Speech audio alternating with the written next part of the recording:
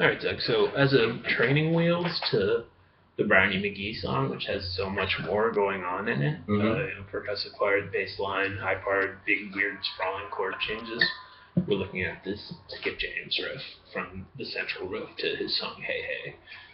That goes...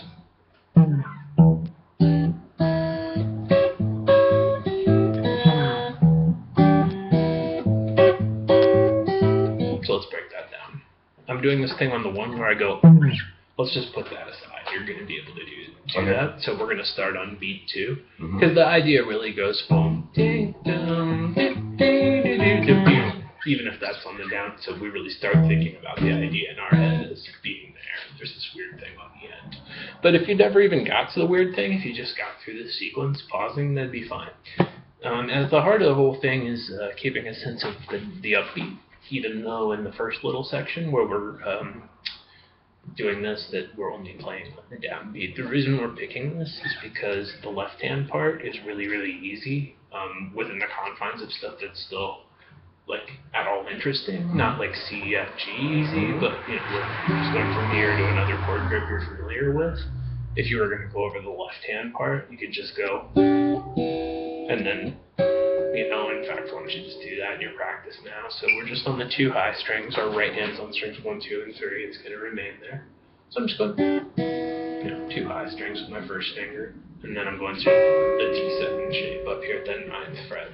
And we notice that you kind of sometimes have a little mental glitch around the 9th versus the 7th versus the 11th fret. So that's the type of thing where you just spend 2 minutes being like, all right, give yourself a geography test with 3 things on it, 11th fret, 7th fret, 9th fret, ask yourself in random orders. You'll never actually be confused about it again after a couple minutes, aside from like emotional responses. So yeah, we just went over the entirety of what's going to happen in your left hand in this main phrasing. I'm here, and then I'm there. So the timing, this is going to have a an uninterrupted downbeat only bass. So like I was saying in the first bit, we're not playing anything on the upbeat. We're just going. And there's section 1 in the terminology we introduced today that seems to work for you. I'm going bass, both, and right on the downbeat. So, slow motion. So in your practice, stop and just do that a couple of times. It's super playable.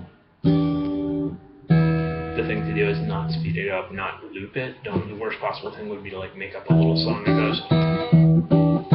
Just go one good one pretty quickly. You'll be able to play that little. Cool. So there we were playing. We were just going 1 and 2 and 3 and. Then we switch up here to this A7 grip, which is, it's like E, F, G, A7. It pays off to know which one of these movable D7 chords is which chord, at least for A7 and G7 and E7, because they come up a lot in our blues songs. So this one's A7 at any rate. And accordingly, we're going to be using our A bass note. So 1 and 2 and 3. That's just me going thumb. Then the rest of them. So thumb, scoop, thumb, and when I say scoop, I mean all 3 of these. Thumb, scoop, thumb, scoop, thumb. So there's section 2. Work on that for a second. And then let's try to put that together with the first thing before we do the last bit. That's going to sound like...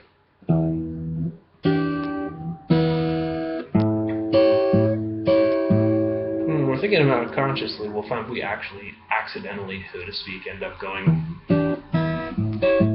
It's more than we can conceptualize the first time. It's not something we can learn by ear at the stage of the game you're at. So there we are. We were just going like 2, 3, 4, 1, and 2, and 3. And if we were thinking about that in our lingo, we were on bass, both, bass, scoop.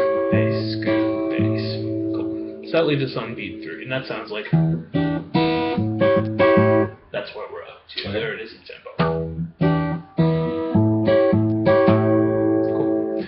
So now let's start on that last bass note we had just played, as though we've just gone.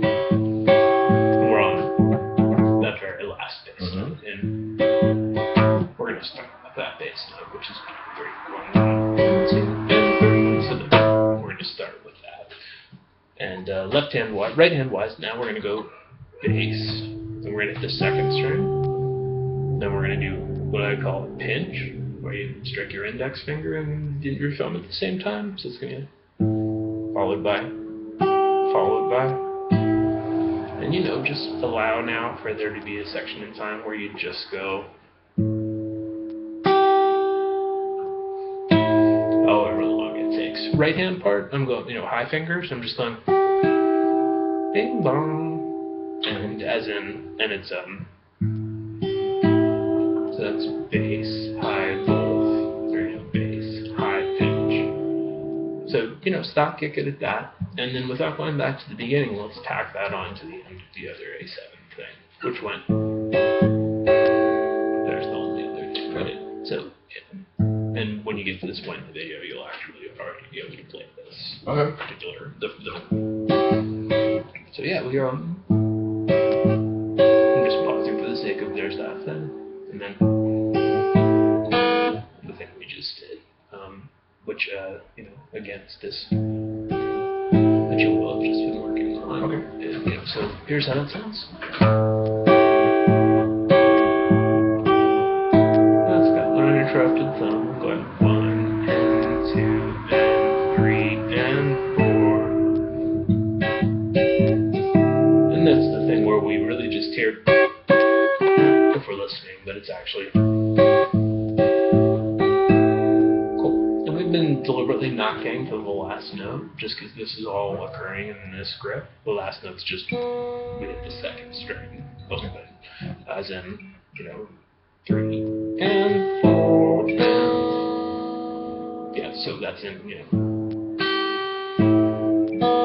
Man, I can't say this enough times. When you actually go for the first time, you'll already be good at going. On that, and you'll tack it onto the end of it. So any that seems complicated now won't actually be that way in your practice, because we're designing this video for you to build long-term muscle memory of each section, walking through this the way that it actually goes when that's our goal. So yeah, that's what we were just doing.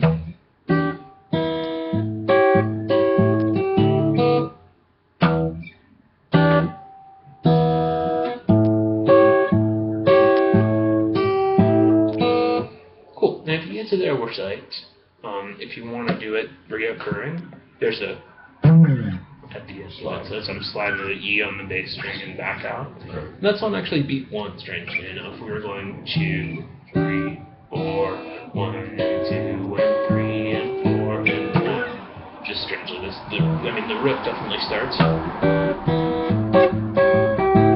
But it's just that it goes 1, 2, 3, 4. So yeah.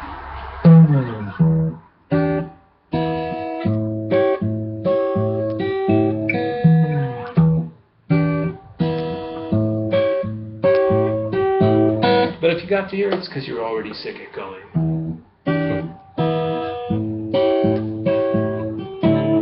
Pause, reset, do it again. Pause, reset, do it again.